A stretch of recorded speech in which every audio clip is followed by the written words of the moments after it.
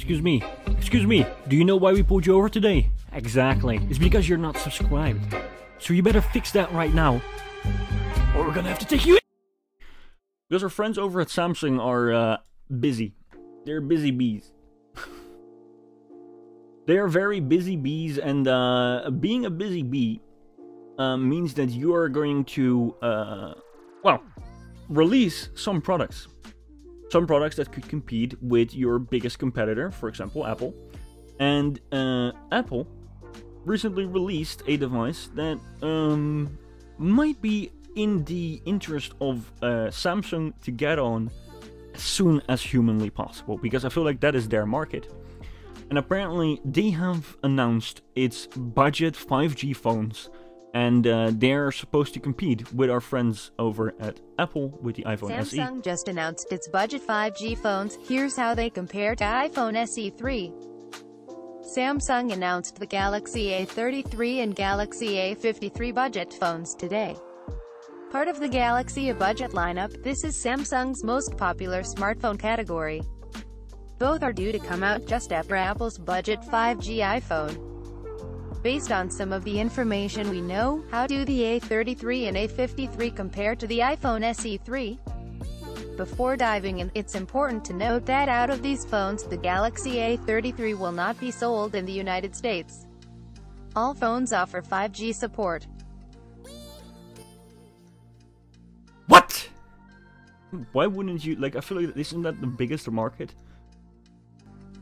Okay. The Galaxy A33 will be available April 22nd, the Galaxy A53 on April 1st, and the iPhone SE3 will be available March 18th. Performance. The performance of the A15 chip in the iPhone SE3 is going to be hard to beat. Based on past performance against Android devices, Apple's A15 is likely to surpass Samsung's new Exynos 1280. You think so? Dude, this is lost before it even started, so, like, I'm not sure if you guys are, like, tightening up your asshole for this one, because I am not. I'm completely relaxed here. I mean, I could take a dump right here, and it would just flood over my entire... I'm not sure what I'm saying.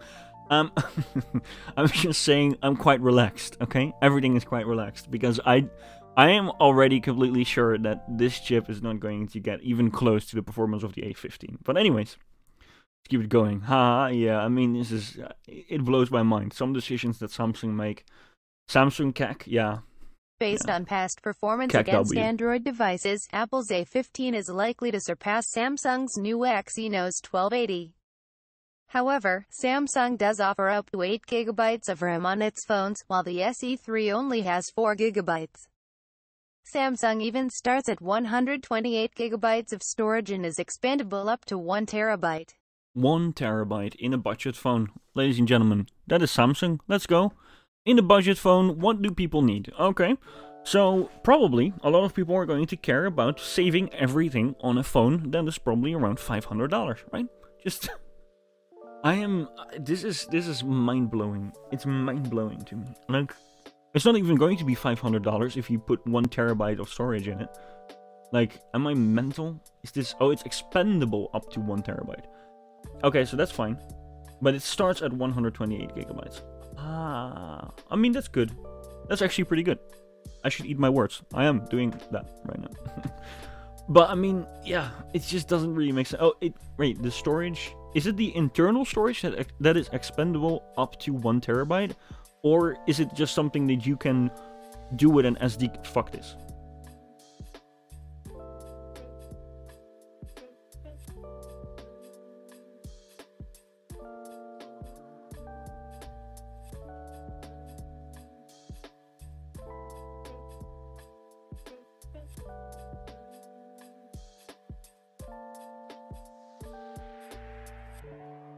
Okay, so internal storage is, yeah, okay, so this makes sense, right? Because, like, yeah, okay, no, cool, so you can expand it with an SD card. Cool. Samsung even starts at 128 GB of storage and is expandable up to 1 TB. iPhone SE3 starts at 64 GB and goes up to 256 GB of storage. Specs: Galaxy A33, Galaxy A53, iPhone SE3. price $430, $449, $429. Storage starting at 128 GB, starting at 128 GB, starting at 64 GB. Battery life 2 days up to 15 hours. Display type 6. I'm not sure if I believe this 2 days. Why would that be 2 days and this one is only up to 14 hours? That's crazy. That must be a very efficient chip you have there. But anyways, maybe it is. And then you have display type OLED, LCD, which is great. This is I also do not believe this life cycle because I have not seen any budget phone from Samsung that gets updates, apart from security updates, for about 4 to 5 years. Feature updates, never. Display type 6.4 inches OLED, 6.5 inches OLED. Apple takes the win in terms of life cycle. Its iPhone SE3 will receive at least 7 years of support. However, Samsung bumped up its life cycle from previous phones. Both the A53 and A53 are guaranteed up to 4 generations of One UI on Android OS upgrades. There are also 5 years of expected security upgrades. This won't be a deal-breaker to everyone, as there is a slew of users who upgrade in less time. Camera. There are major differences in the cameras of the Galaxy A53 and A33 versus the iPhone SE3. Number of camera specs. Galaxy A33 448 megapixels wide camera. 8 megapixels ultra. Yeah, I mean, so they have 4 cameras, and this one has 1 camera. So, it doesn't make sense, because if this phone is so great, why are you not selling it in the United States? Probably because it would eat into the sales for the flagship devices. So that's probably why. They're just stuffing, like Access Denied said, you just put a lot of stuff in it and then just sell it, and it's probably not even going to sell well on a scale of like competing to Apple. So I'm not sure. It doesn't really make sense, but let's just finish this article so that we can move on. 8 megapixels ultra wide camera. Both the A33 and A53 offer fantastic value in a smartphone. It's no wonder the A series is the most popular in the Samsung Galaxy lineup. So that blows my mind. So it is the most popular lineup in the Galaxy world, and still you are not selling it in one of the biggest markets in the world. What's going on there? That's crazy. Like, what are you hiding there? Like, you just afraid that it's going to eat into the sales of the other one? It's probably because you put it full of stuff that a lot of people on that budget probably don't even need. But because of you putting so much stuff in it that the audience of, for example, an Ultra user wants, or close to that, right? Maybe the entry level S22 or whatever it's called these days. That's why you can't sell it in the United States, because then it's going to eat into the people that are considering the more expensive models. So it's a budget phone because of the price, but like it's just full of a lot of stuff, and which is cool, right? Maybe a lot of people like that. The problem for me is like you can put it, you can stuff it as full as you want with cameras, flipping insane software, awesome battery life and whatever. But if you're not going to support it for, I don't know, longer than 3 years usually, I mean, I think that Samsung gives it 1, maybe 2 feature updates, and then it's done. So yeah, I mean, maybe most people would upgrade in that time anyway, but again, still, the iPhone SE is better value because you can use it for 7 years. You get feature updates for about 7 years. It's crazy. It's no wonder the A series is the most popular in the Samsung Galaxy lineup. While all offer good bang for your buck, the iPhone SE3 is still a great option for those who want to stay in the Apple ecosystem. You get the simplicity of iOS while getting a lot of power for a more affordable price tag.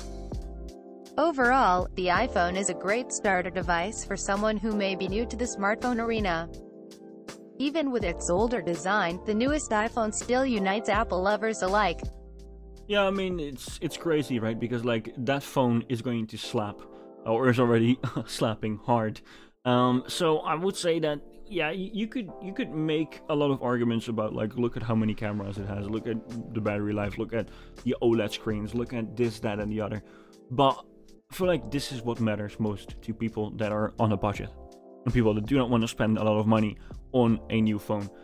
This, I feel like, is not even true. Maybe Samsung is saying that, but I have not seen a budget phone that gets 4 or 5 years of updates apart from security updates. So if that's enough for you, then maybe you can use it, but you're just going to fall behind most, if not all, other Android users like in a year or two. So if that's something you don't care about, then fine. I feel like most people do care about having the latest software, having the latest features, and also having the latest security features, obviously. But like, security features are, like, security updates are just about bugs and and I don't know, some sort of leaks that exploits that people can use to get into your phone. I'm talking about app tracking transparency. You think you will get that on a 5-year-old Android smartphone? I feel like they just released, or they are going to release, a version of that to Android. You think you're going to get that on a budget phone from 4 years ago? No, dude. You're just going to get security updates, but not security updates in terms of feature security updates, like app tracking transparency. Just, I don't know, plugging holes in the software. That's it. Blows my mind. Very true and very real. Yeah, it is. LMFAO. It is also crazy that Samsung still doesn't get it. They still don't get it. It's crazy. It blows my mind. And it's just like, it makes no sense, especially if you look at this next article.